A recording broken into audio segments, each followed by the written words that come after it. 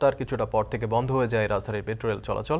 কিছুক্ষণ আগে এটি আবারও চলাচল শুরু হয়েছে। এই মুহূর্তে মতিঝিল স্টেশনে রয়েছেন সহকর্মী আজহার লিমন, তার কাছে বিস্তারিত জানবো। লিমন, জানতে চাই যে মেট্রো কর্তৃপক্ষ কি জানিয়েছে, যে কি কারণে এই যান্ত্রিক ত্রুটি বা সমস্যাটি হলো, বা চলাচল কেন এতক্ষণ বন্ধ ছিল?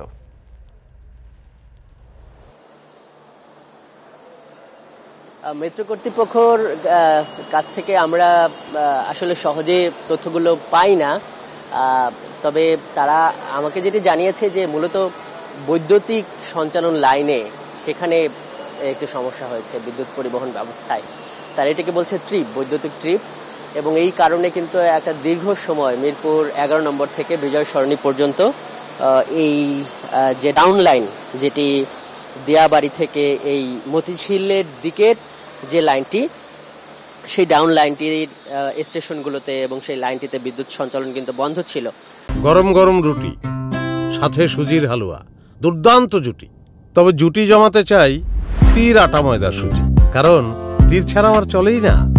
এবং এই কারণেই মূলত পুরো, যেহেতু একটা বড় সার্ভারের মধ্য দিয়ে, স্বয়ংক্রিয় সার্ভারের সমন্বয়ে মেট্রো রেলটি চলে, তো যে কোনো জায়গায় যে কোনো সমস্যা হলে কিন্তু সেটি সেই সমস্যাটি খুঁজে বের করতে এবং সেটি সমাধান করতে পুরো মেট্রো ব্যবস্থাপনায় এক ধরনের রিস্টার্ট হয় কিংবা একটা বিরতি নেয়। সেই কারণেই বেশ কিছু সময় এই মেট্রোটা বন্ধ ছিল। এরপরে আমরা যেটি দেখলাম যে ওই অংশটুকু বাদ দিয়ে সিঙ্গেল ট্র্যাকে এই মেট্রোটি চলেছে, সেটি হলো আপ লাইনে মতিঝিল থেকে উত্তরার দিকে।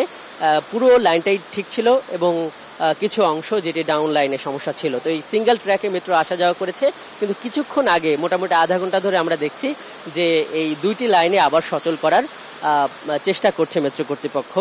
এখন ট্রেন আসছে, দেখছেন যে আমরা মতিঝিল মেট্রো স্টেশনের প্ল্যাটফর্মে আছি।